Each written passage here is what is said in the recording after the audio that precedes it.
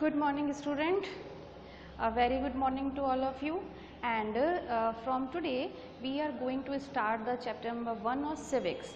अभी तक आपने मेरे ख्याल से हिस्ट्री का एक आधी चैप्टर पढ़ लिया होगा, है ना। अभी हम स्टार्ट करने जा रहे हैं हमारा सिविक्स का portion and the chapter number 1 is on equality. Fine, तो सबसे पहले बहुत ध्यान से सुनो, बुक्स खोलकर बैठो, क्योंकि सिविक्स अच्छा एक इंटरेस्टिंग सब्जेक्ट होता है। इसके बारे में इससे आपको आपके सराउंडिंग्स के बारे में पता चलता है कि गवर्नमेंट किस किस तरीके के रूल्स बनाती है। जैसे आजकल कोरोना बहुत फैला हुआ है बाहर, तो आपको पता होना चाहिए ना कि हो क्या रहा है एक्चुअली बाहर, किसने क्या स्टेटमेंट दिया है, गवर्नमेंट क्या कर रही है, सिटीजन्स क्या कर रहे हैं, है ना। तो सिविक्स में हम वो सब कुछ पढ़ते हैं जो आपसे ही रिलेटेड होता है। What ever it is going on inside the society, अभी सोसाइटी में क्या चल रहा है, उसमें पॉलिटिकल भी हो सकता है, ठीक है ना, सोशल भी हो सकता है, एनवायरमेंटल भी हो सकता है, कुछ भी, क्योंकि वो सारी चीज़ें आपको इफ़ेक्ट करती हैं, इसीलिए उनके बारे में जानना आपके लिए बहुत ज़रूरी होता है, ठीक है। तो this is your civics book and first chapter is on equality. ठीक, ऑन इक्वलिटी का मतलब क्या समझे कि हम बराबरी के बारे में बात करेंगे। बराबरी किस टाइप की बराबरी, किस टाइप की इक्वलिटी। इक्वलिटी मीन्स होता है, देखिए हम सब इंडियंस हैं, हम सब इंडिया के सिटीजन्स हैं। सिटीजन्स होता है देश में रहने वाले लोग, नागरिक जिनको कहते हैं, ठीक है ना। तो जब हम इंडियंस हैं सभी, तो हमारे को सेम राइट्स मिलने चाहिए। सही, सेम राइट्स मिलने का मतलब जानते हो, हमारे पास सब काम करने का इक्वल राइट होना चाहिए। सब लोग सब तरीके के काम करने के लिए फ्री होने चाहिए, ठीक है। और हमारी कोई ड्यूटीज़ भी होती हैं, वो भी इक्वल होनी चाहिए। अब कैसे इक्वल कैसे नहीं होती हैं, तो मैं आपको समझा देती हूँ कि आपने कभी सुना है कि हमारे देश में बहुत सारे लोग कास्ट सिस्टम होता है, ये हिंदू है, वो मुसलमान है, ये ठाकुर है, ये ब्राह्मण है ना, और ये सिख है, कोई क्रिश्चियन है। तो इंडियन गवर्नमेंट जो है उसमें जो कॉन्स्टिट्यूशन है, हमारे देश का जो संविधान किसे कहते हैं, संविधान होता है a group of some rules which we all have to follow equally। समझे, कॉन्स्टिट्यूशन क्या होता है, कुछ ऐसे रूल्स बनाए गए हैं जिसके हिसाब से सारे सिटीजन्स को एक तरीके से बिहेव करते हुए, सभी रूल्स एंड रेगुलेशन को फॉलो करते हुए इस देश के अंदर रहना है। तो that is known as the constitution, संविधान कहते हैं उसको, ठीक है। तो सबसे पहले हम बात करेंगे कि इक्वलिटी होता क्या है, ठीक। अब आपने कभी सोचा है कि जब हमें कहीं घूमने जाना होता है, तब हम क्या ये सोचते हैं कि भाई ये हिंदू है इसीलिए ये जा सकता है, मुस्लिम है तो नहीं जा सकता है। देखो, वो हमारी खुद की चॉइस है कि जब जनरली जो हिंदूज़ होते हैं वो मंदिरों में जाना पसंद करते हैं, ठीक है, और मुस्लिम्स जो होते हैं वो मस्जिद और दरगाह में जाते हैं, क्रिश्चियंस जो होते हैं वो चर्च में जाते हैं, सिख होते हैं वो गुरुद्वारों में जाते हैं, ठीक है। लेकिन ऐसी कोई रोक नहीं है, अगर कोई मुस्लिम मंदिर में जाना चाहता है तो he is free to go into the temple. इसी तरीके से अगर कोई हिंदू गुरुद्वारे में जाना चाहता है तो he is free to go there, उसके बीच में कोई रोक नहीं है, उसे कोई रोक नहीं सकता है, ठीक है।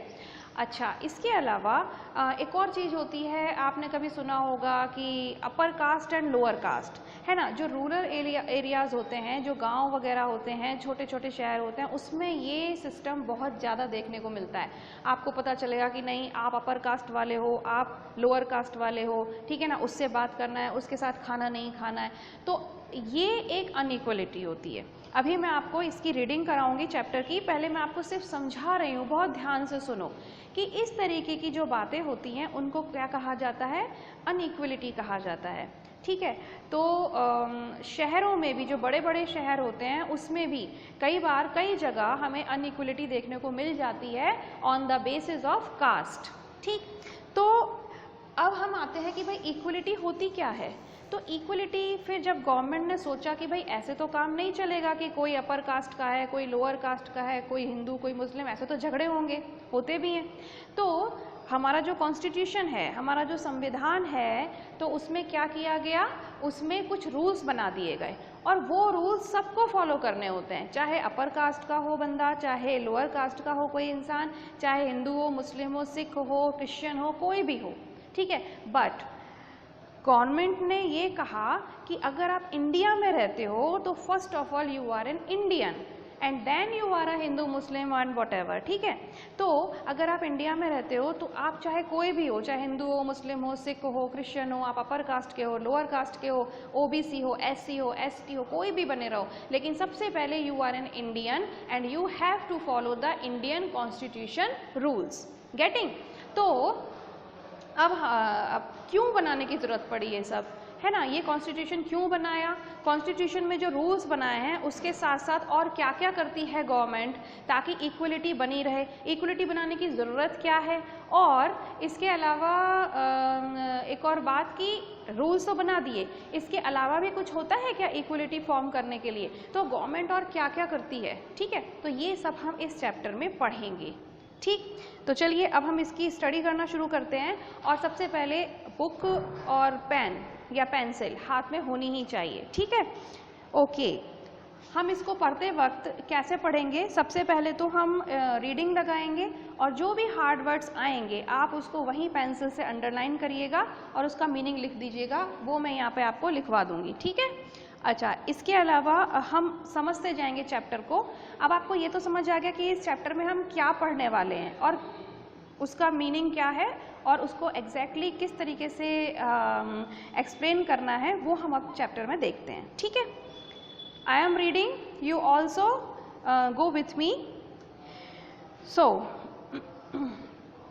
Get going. While playing in the park, Samyak saw a man shouting at the guard for being ignorant about the stray dogs entering the park. Few minutes later, Samyak saw the same man talking in a very polite manner to his fellow people. He wondered how the behavior of a person could be different for different people. देखो, एक park में सम्यक नाम का एक इंसान था, कोई सम्यक नाम का एक बंदा था, ठीक है। और उसने गार्ड को बहुत ज़ोर से डांटा, बहुत गुस्से में डांटा, क्योंकि कुछ कुत्ते, कुछ डॉग्स जो थे वो उस पार्क में घुस रहे थे। लेकिन थोड़ी देर बाद सम्यक ने क्या देखा कि वही जो आदमी था, वो सम्यक ने देखा कि वो जो आदमी है वो दूसरे किसी आदमी से बड़े प्यार से बात कर रहा है। तो सोच में पड़ गया कि हाउ इज़ इट पॉसिबल कि एक बंदा किसी आदमी से बहुत गुस्से में बात कर रहा है और दूसरे ही मिनट में वो दूसरे से बहुत अच्छे से बात कर रहा है। तो उसके दिमाग में आया कि ऐसा क्यों, ठीक है।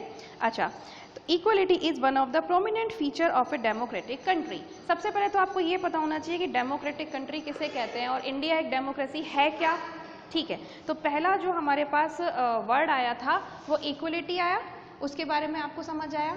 नेक्स्ट है डेमोक्रेटिक,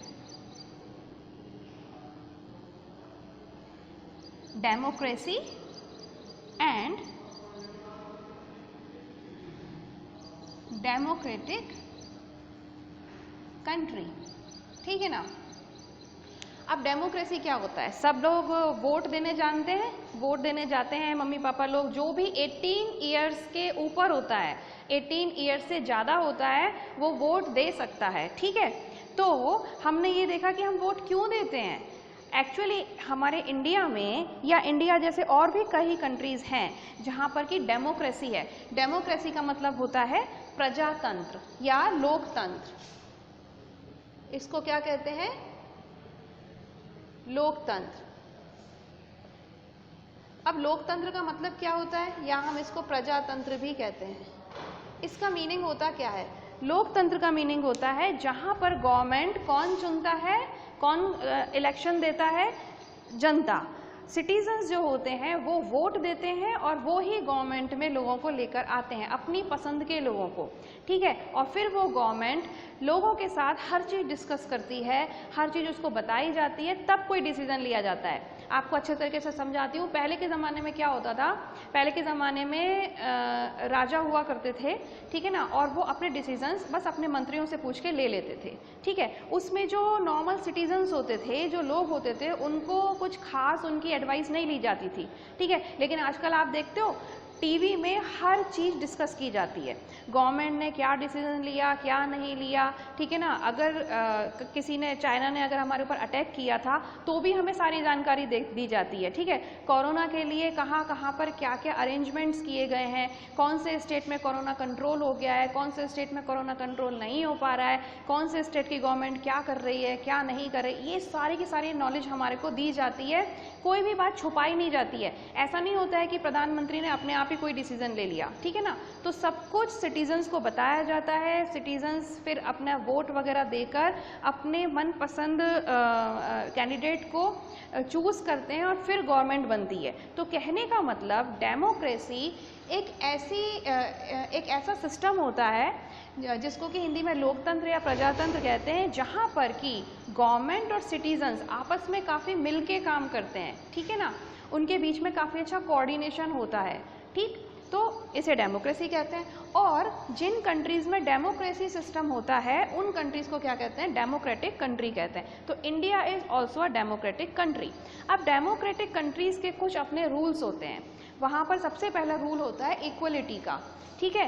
डेमोक्रेटिक कंट्रीज़ में इक्वलिटी होती है। इसका मतलब मैंने अभी आपको बताया कि ऐसी कंट्रीज़ में किसी भी सिटीज़न के साथ कोई डिस्क्रिमिनेशन नहीं होगा। डिस्क्रिमिनेशन मीन्स भेदभाव, ठीक है। कोई भी छोटा नहीं, कोई भी बड़ा नहीं, कोई भी इम्पॉर्टेंट नहीं और कोई भी अनइम्पॉर्टेंट नहीं। अब आप देखते हो जब हम वोटिंग देखते हैं, वोट देने जब लोग जाते हैं तो वो कोई भी हो सकता है, चाहे वो हिंदू हो, चाहे वो मुस्लिम हो, सिख हो, क्रिश्चियन हो, अपर कास्ट हो, लोअर कास्ट हो, सब वोट दे सकते हैं, ठीक है। और सबकी वोट की एक जैसी वैल्यू होती है, ठीक, क्योंकि एक सिस्टम चलता है, one man one vote. Man in the sense सभी सिटीजन, उसमें औरतें, आदमी, सभी लोग होते हैं। Man means not only man but women also. तो उसको कहा जाता है ऐसा कि वन मैन वन वोट। तो कहने का मतलब ये है कि हमारे देश में एक इक्वलिटी तो ये है कि एवरीबडी कैन वोट, और उसका जो वोट होगा वो इक्वल वैल्यू रखेगा। ऐसा नहीं कि हिंदू ने दिया तो उसकी वैल्यू ज़्यादा है, मुस्लिम ने दिया तो उसकी वैल्यू कम है, या फिर कोई लोअर कास्ट का बंदा है उसकी वोट की वैल्यू नहीं है, उसके वोट को गिना नहीं जाएगा या फेंक दिया जाएगा, ऐसा नहीं होता है। किसी ने भी वोट दिया है अगर तो उसकी सेम वैल्यू होगी। अच्छा, दूसरी बात, हमारे देश में एक जो सबसे इम्पॉर्टेंट पॉइंट आता है वो कास्ट सिस्टम का आता है, क्योंकि हमारे देश एक ऐसा देश है जहाँ पर सभी धर्म के लोग होते हैं। पढ़ा है ना हमने कि हमारे देश में सारे रिलीजन्स के लोग मिलेंगे आपको, ठीक।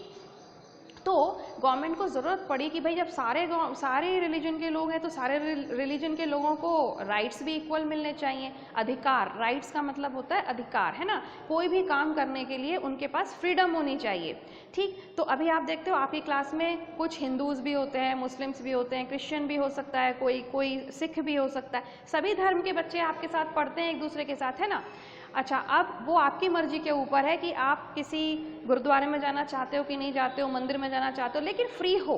गवर्नमेंट की तरफ से आप फ्री हो। अगर आप मुस्लिम हो और आप किसी मंदिर में जाना चाहते हो तो आप फ्री हो, आपको कोई रोकेगा नहीं, वो आपकी खुद की चॉइस है। अगर आप नहीं जाना चाहते हो तो वो बात अलग है, लेकिन गवर्नमेंट की तरफ से this is also an equality, fine. अच्छा, थर्ड होता है अपर कास्ट लोअर कास्ट। पहले के ज़माने में क्या होता था कि पहले के ज़माने में कुछ अपर कास्ट के लोग होते थे, ब्राह्मण, क्षत्रिय, है ना, और इसके अलावा वैश्य मीन्स होते हैं बनिए, जो बिजनेसमैन होते थे पहले के, ठीक है। और एक होते थे शूद्र, जिसमें कि लोअर कास्ट के लोगों को माना जाता था। दैट्स मीन्स कास्ट सिस्टम हुआ करता था पहले, जिसमें अपर कास्ट होती थी और लोअर कास्ट होती थी। अपर कास्ट में होते थे ब्राह्मण, क्षत्रिय और वैश्य। यानी कि ब्राह्मण कौन लोग होते थे? पंडित वगैरह, जो कि भगवान की पूजा किया करते थे और पूजा पाठ के फेस्टिवल्स और सेरेमनीज अरेंज किया करते थे। और दूसरे होते थे क्षत्रिय। क्षत्रिय मतलब सोल्जर्स, राजा और उसके देखे थे ना सेनापति, और देखी होगी आपने हिस्ट्री में भी आप पढ़ते हो कि लड़ाइयाँ होती थी, अटैक किया करते थे एक दूसरे के ऊपर। All those people were known as Kshatriya. Third होते थे वैश्य, मीन्स बनिए, या फिर हम कह सकते हैं मर्चेंट्स, जो कि ट्रेडर्स होते थे, व्यापारी होते थे, है ना।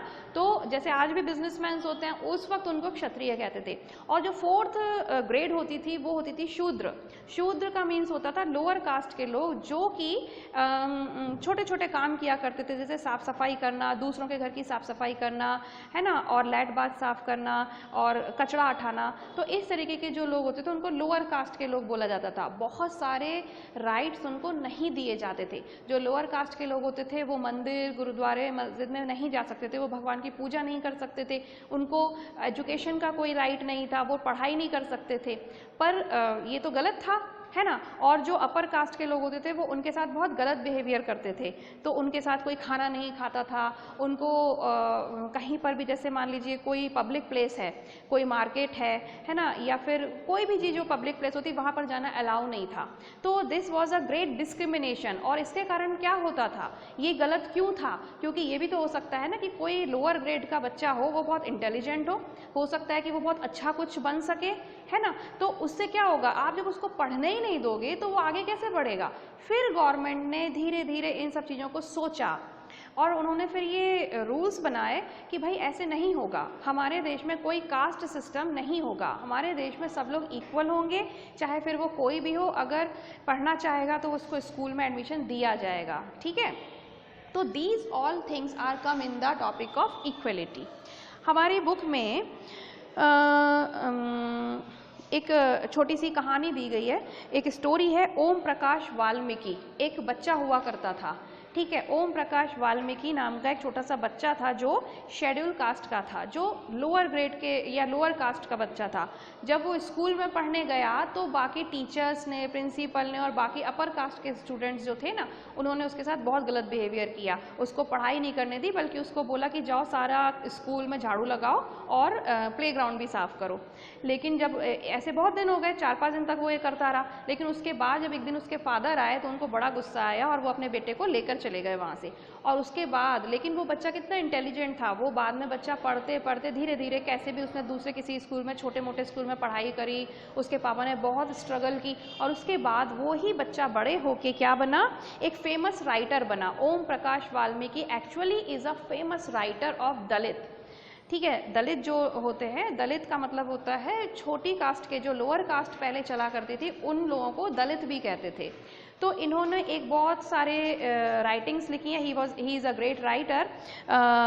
इनकी एक ऑटोबायोग्राफी भी है। ऑटोबायोग्राफी आप जानते हो, जब खुद के बारे में बुक लिखी जाती है, अगर कोई दूसरा आपके बारे में कोई किताब लिखता है तो वो बायोग्राफी होती है, और जब आप खुद लिखते हो अपने बारे में तो वो ऑटोबायोग्राफी। तो ओम प्रकाश वाल्मीकि जब वो बच्चा बड़ा हुआ तो उसने अपनी पूरी लाइफ हिस्ट्री लिखी कि उसके साथ क्या क्या हुआ, उसने कितने कितने स्ट्रगल्स किए, और he became a great writer, ठीक है। तो अब आपने क्या देखा कि अगर उस बच्चे के साथ इतना डिस्क्रिमिनेशन किया जाता था, अगर उसको पढ़ाई करने को नहीं मिलती, उसके पापा ने उसे ज़बरदस्ती नहीं पढ़ाया होता, तो क्या वो राइटर बन सकता था? नहीं बन सकता था।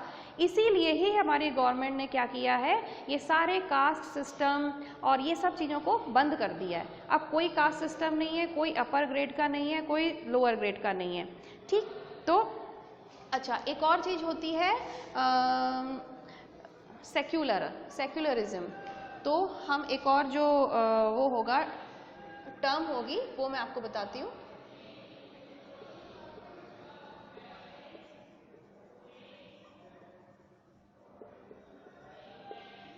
सेक्युलरिज्म का मतलब होता है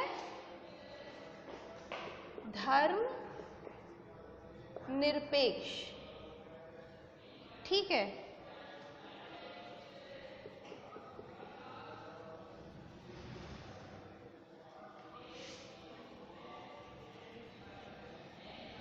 ये सब अच्छे से समझ लो पहले, उसके बाद कॉपी में तो कर ही देंगे।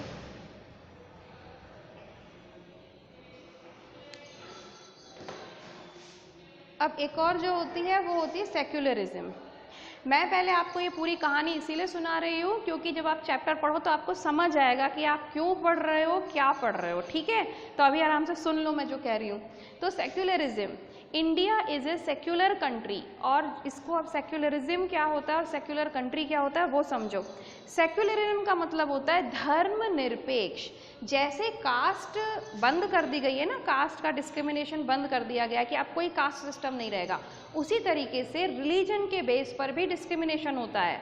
आप कई बार देखो कुछ मुस्लिम कंट्रीज होते हैं, वहाँ पर हिंदुओं के साथ अच्छे से बिहेव नहीं किया जाता। कुछ हिंदू कंट्रीज़ होती हैं वहाँ पे मुस्लिम्स के साथ अच्छे से बिहेव नहीं किया जाता, तो वो लोग बहुत परेशान हो जाते हैं। ठीक है, तो अब इंडिया में, हमारे देश में सेक्युलरिज्म है। सेक्युलरिज्म का मतलब होता है कि on the basis of religion there will be no discrimination. Means अगर आप किसी भी धर्म को मानते हो, चाहे आप हिंदू हो, चाहे आप मुस्लिम हो, क्रिश्चियन हो या आप सिख हो, कोई भी हो, बट आपके साथ कोई भी भेदभाव नहीं होगा।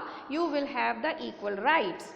ठीक है, तो इसे हम कहते हैं सेक्युलरिज्म, कि on the basis of religion there will be no discrimination and India is a secular country. हमारे देश में धर्म के कारण भी किसी के साथ कोई भेदभाव नहीं किया जा सकता है। चाहे हिंदू मुस्लिम कोई भी होगा, उसको इक्वल राइट होगा। वो पढ़ाई कर सकता है, वोट दे सकता है, किसी भी पब्लिक प्लेस पे जा सकता है, वो कहीं भी नौकरी लग सकती है। अब आपको ये सोचने की ज़रूरत नहीं पड़ती है कि यार मैं तो मुस्लिम हूँ, मुझे जॉब कैसे मिलेगी, ऐसा नहीं होता है। ठीक है, तो ये सारे के सारे गवर्नमेंट ने बहुत सारे रूल्स बनाए हैं, बहुत सारे अच्छे अच्छे रूल्स बनाए हैं जिसके कारण सभी लोग अच्छे से रह सकें। अब कोई डिस्क्रिमिनेशन नहीं होगा।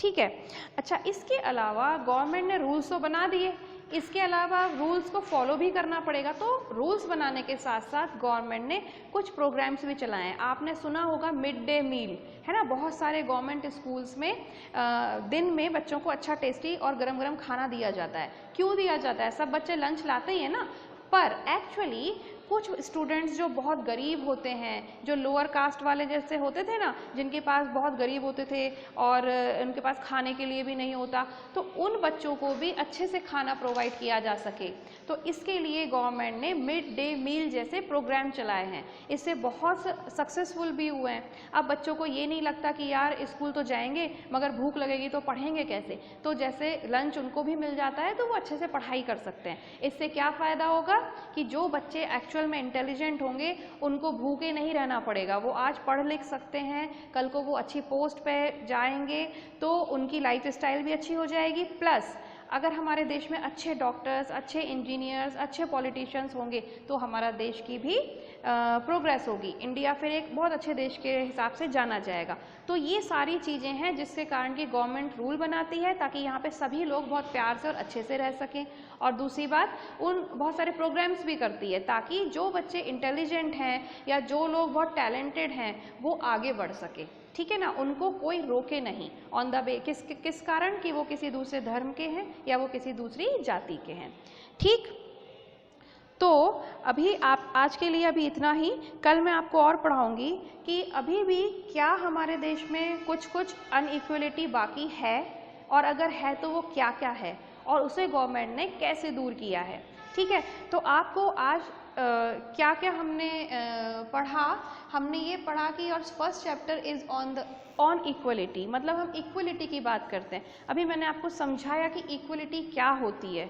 ठीक है ना, इक्वलिटी होती है समानता, मतलब all are equal, no caste system, no religion system, कोई रिलीजन या कोई कास्ट के कारण कोई भी डिस्क्रिमिनेशन मतलब भेदभाव नहीं किया जाएगा। ठीक है, अच्छा, तो हमारे देश में डेमोक्रेसी चलती है। डेमोक्रेसी का मतलब लोकतंत्र या प्रजातंत्र, जिसमें गवर्नमेंट और सिटीजन मिलकर काम करते हैं। India is a democratic country. और हमने क्या पढ़ा? कास्ट सिस्टम के बारे में पढ़ा। अभी हमारी गवर्नमेंट ने कास्ट सिस्टम को पूरी तरह से हटा दिया है। और सेक्युलरिज्म का मतलब कि on the basis of religion also, किसी भी धर्म का हो सकता है इंसान, पर उसके साथ कोई भी डिस्क्रिमिनेशन नहीं किया जाएगा। तो ये कुछ इम्पॉर्टेंट टर्म्स आपको मैंने पढ़ाई। वीडियो देखो ध्यान से, सुनो ध्यान से। और अभी तो आप 7th क्लास के स्टूडेंट हो, तो अगर कोई चीज़ ऐसी लगती है आपको कि यार ये इंपॉर्टेंट है, इसको नोट करना चाहिए, तो you just note it down in your book. Pencil से करो, अपनी बुक में यहाँ स्टार बना बना के लिखा करो। ठीक है, हर चीज़ के लिए नोटबुक में नहीं लिखना होता है। अगर कोई भी चीज़ आपको इम्पॉर्टेंट और अच्छी लगती है तो आपको यहाँ पर स्टार बना के पूरी बुक को गंदा करने का पूरा राइट है। This is also a right, equal right, है ना। तो ये भी इक्वलिटी का राइट है कि खूब किताब गंदी करो, मगर गंदी करने का मतलब ये नहीं कि उस पर कुछ भी गंदा करो। गंदा करने का मतलब उसमें इंपॉर्टेंट चीज़ें लिखो। This is the way of study. जो अच्छे बच्चे, इंटेलिजेंट बच्चे होते हैं, उनको अगर कोई इंपॉर्टेंट चीज़ मिलती है वो तुरंत वहाँ लिखते हैं। रीज़न, आप दोबारा जब भी पढ़ने बैठोगे ना तो मैडम की बोली हुई बात भूल सकते सकते हो, लेकिन जब आप उसको लिख लोगे तो वो चीज़ आपके सामने आ जाएगी और आपको वापस रिमाइंड हो जाएगी ना कि हाँ हमने ये पढ़ा था। ठीक है, तो these are some of the important terms which we have learn today and tomorrow I will have further discussion, और इस चैप्टर को भी हम रीड कर लेंगे और आपको पता चल जाएगा कि हमने अभी तक जो भी कहानी सुनी वही इसमें लिखा हुआ है, कुछ नया नहीं है। ओके, अभी सिविक्स की एक अलग से कॉपी बनाओगे शायद, है ना, तो सिविक्स की अलग से कॉपी बना लो, अभी फ़िलहाल तो उसमें कुछ मत लिखना, बाकी जो होगा वो मैं बता दूंगी। और अगर किसी बच्चे को कोई प्रॉब्लम आती है तो इस फ़ोन नंबर पे कांटेक्ट करो 7410816493। This is my number and my name is Pragya Gupta. Secondly, इस चैनल को सब्सक्राइब करो और वीडियो को लाइक करो। अब इसलिए नहीं कि वीडियो को लाइक करवाना है, वो इसीलिए ताकि तुम लोगों को वीडियोस रेगुलर मिलती रहें। अगर आप इसको चैनल को सब्सक्राइब करते हो तो इससे फ़ायदा है कि आपको वीडियोस ढूंढनी नहीं पड़ेंगी बार बार, क्योंकि बहुत सारी वीडियोस हैं, फिर ढूंढते रहोगे, फिर मिलेगी नहीं, फिर टाइम वेस्ट होगा। इससे अच्छा है कि सब्सक्राइब करो, तो जैसे ही हम यहाँ से वीडियो बनाती हूँ मैं, आपके पास रेगुलर पहुँच जाएगी। ठीक है, तो stay home, stay happy and we will meet tomorrow. Fine, good day.